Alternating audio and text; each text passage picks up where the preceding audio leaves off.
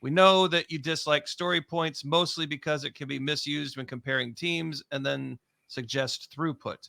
Wouldn't the same happen with throughput? Let me go after the premise of the question real quick. Comparing the velocity or the story points between teams is not, it wouldn't make the top 10 list of reasons why I dislike story points. It is one of the many side effects, like comparing individual velocity, that happens, but it's not really high on my list. They've warped and mutated into something that they were never intended to be. We have videos out there on the YouTube channel that really dig deeper into that. So I'm not going to go too much further there.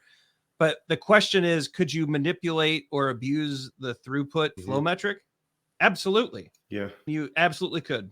Yeah. And I think the heart of this question is you could absolutely take throughput and make a deterministic forecast, and teams picking up on that and driving behavior to increase throughput because of a deterministic forecast, right? I think that's really the heart of this issue, is a deterministic versus probabilistic forecast. All the same things that could happen with velocity, that do happen with velocity, could happen with throughput. And I think we need to really work on avoiding that. What you get with the flow-based metrics is not necessary, or the pretense behind it is not necessarily taking something like throughput and averaging it. It's a really poor idea to do that. You're averaging it and coming up with a deterministic forecast negatively drive behavior. Yep. What we want with that, though, is throughput can give us a probabilistic forecast, which means each estimate, as you will, be associated with some kind of probability of it happening. So yes, the same thing could happen with throughput.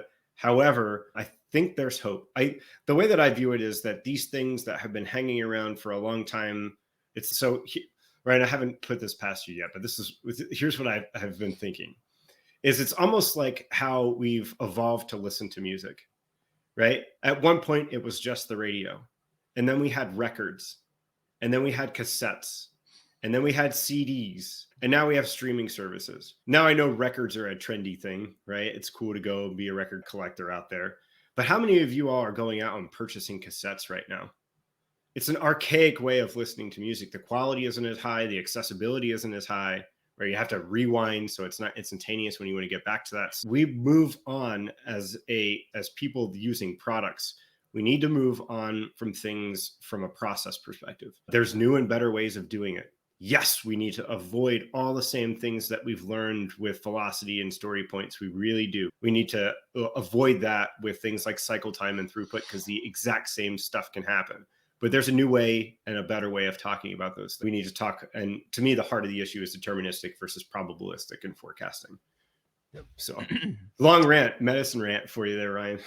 No, but I think it's good. I like the analogy that the flow metrics are really the HD version of what we're doing. And if you want to go back to antenna TV, the old low-fi, low-quality picture, but there's better ways. And that's what we're pushing, along with, to your point, Louise, some of the anti-patterns that pop up. We are trying to avoid, perhaps story points are more prone to these abuses, and we're working through that. We're pushing to bring the flow metrics forward, and we hope that the community embraces this idea and joins us, or that we hope that they join us on this push forward.